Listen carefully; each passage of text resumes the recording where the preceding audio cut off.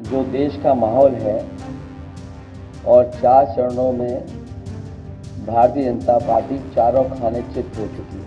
ये यूपी, दिल्ली और पंजाब ये 99 सीट के खेल में ही उलझ जाएंगे। यहाँ कुछ इन्हें हासिल होने वाला नहीं है।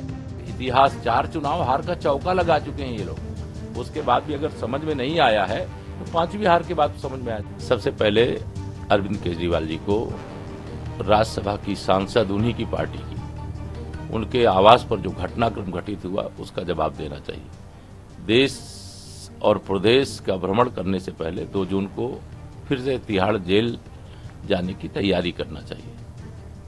और दिल्ली में 7 की 7 सीटें भाजपा जीत रही है और आम आदमी पार्टी कांग्रेस का गठबंधन वहां किला उनका ध्वस्त हो रहा है। 60 साल शासन किए भूख से मर रहे थे लोग, तब उनको ध्यान में नहीं आया।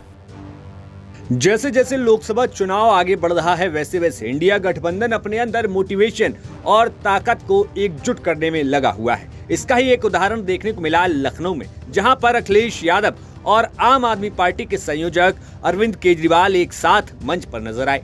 दरअसल समाजवादी पार्टी के कार्यालय पर दोनों ही नेताओं की संयुक्त प्रेस वार्ता आयोजित की गई, जहां पर तमाम मुद्दों को लेकर दोनों ही नेताओं ने अपनी अपनी बातें कही। जहां अरविंद केजरीवाल ने तमाम आरोप भारतीय जनता पार्टी और योगी आदित्यनाथ को लेकर दावे किए, तो वहीं अखिलेश यादव ने भी बीजेपी को लेकर ये कह दिया कि बीजेपी जो है 4 फेज में चारों खाने चित हो गई है। इतना ही नहीं, अखिलेश यादव ने यहां तक कह दिया कि 140 करोड़ की जनता इन्हें 140 सीटों के लिए तरसा देगी। सुनिए क्या कुछ अखिलेश यादव ने कहा।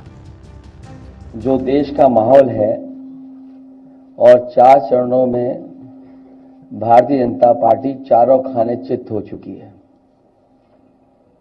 और उनके आंसुओं की नदी उफान में है। भारतीय जनता पार्टी जो 400 पार का नारा दे रहे थे, अब समझ में आया है 4 चरणों के बाद। वो बात तो ठीक है कि आरक्षण पे सबसे पहले हमला करेंगे, लेकिन 400 पार नारा इसीलिए दे रहे हैं कि 543 में 400 के बाद वो सीटें देख रहे हैं, तो वो केवल 143 बन रही हैं। तो वो स्वयं स्वीकार कर रहे हैं कि 143 से ज्यादा वो सीटें जीतने वाले नहीं हैं, क्योंकि 400 पार सीटें 143 ही बनती हैं और 140 करोड़ की जनता इस बार इन्हें 140 सीटों के लिए भी तरसा देगी। ये यूपी, दिल्ली और पंजाब ये 99 सीट के खेल में ही उलझ जाएंगे।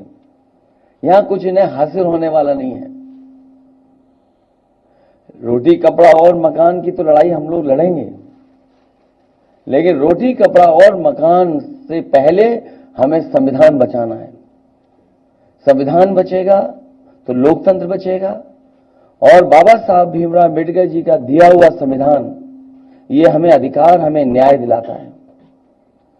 भारतीय जनता पार्टी की इस साजिश को आम लोग समझ गए हैं और इस बार सबसे बड़ी हार भारतीय जनता पार्टी की होने वाली है।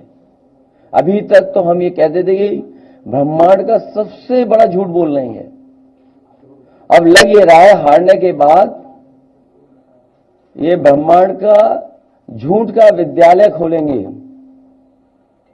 यूनिवर्सिटी खोलेंगे और वाइस चांसलर और डीन पहले से ही रिटायर होकर के वहां अपने आप नियुक्त हो जाएंगे। अब जहां अखिलेश यादव ने लखनऊ में अपने सपा कार्यालय पर इंडिया अलायंस के नेताओं को बुलाया, तो वहीं इसका जवाब देने के लिए सीधे तौर पर डिप्टी सीएम केशव प्रसाद मौर्य सामने आ गए। डिप्टी सीएम केशव प्रसाद मौर्य ने समाजवादी पार्टी और अखिलेश यादव की दुखती रग पर हाथ रखते हुए कहा कि 4 चुनाव हारने का वो चौका लगा चुके हैं। 2014 हारे, 17 हारे, 19 हारे और 22 हारने के बाद वो लोग जो जीत का दावा कर रहे हैं वो झूठा साबित होगा और भारतीय जनता पार्टी जीत के साथ नई हैट्रिक बनाएगी। सर, अखिलेश यादव कह रहे हैं कि 40 सीट पे एनडीए सीमित हो जाएगी चुनाव। अखिलेश यादव जी 2014 में क्या कहे थे, 2017 में क्या कहे थे, 2019 में क्या कहे थे, 2022 में क्या कहे थे, उनकी कोई भी भविष्यवाणी सच नहीं होती। मैं भविष्यवाणी कर रहा हूँ, अखिलेश यादव जी हार रहे हैं, राहुल गांधी जी हार रहे हैं, सपा और कांग्रेस का, बसपा का यूपी में खाता नहीं खुल रहा। सर एक अखिलेश यादव ने और बयान दिया कि अमेठी और रायबरेली ये दोनों ही सीट भाजपा हारने वाली। मैं तो बता दिया ना, जब 80 की 80 जीते, हम जीत रहे हैं और जो हम लोग कहते हैं वह सच होता है। जो अखिलेश यादव जी, राहुल गांधी जी, मायावती जी कहती हैं वह सब गलत होता है। उनका इतिहास 4 चुनाव हार का चौका लगा चुके हैं ये लोग। उसके बाद भी अगर समझ में नहीं आया है तो 5वीं हार के बाद समझ में आया। फिलहाल चुनाव अपने चरम पर पहुंच चुका है और अंतिम फेज में उत्तर प्रदेश के बनारस में वोटिंग होनी है। ऐसे में तमाम जो बाकी के 3 फेज हैं उसमें चुनाव को लेकर क्या कुछ रुझान देखने को मिलता है और कैसे कैसे इंडिया अलायंस और एनडीए में टकराहट देखने को मिलती है, वो न्यूज नेशन आपको जरूर बताएगा। बाकी राजनीति से जुड़ी हर एक खबर को जानने के लिए देखते रहिए न्यूज नेशन।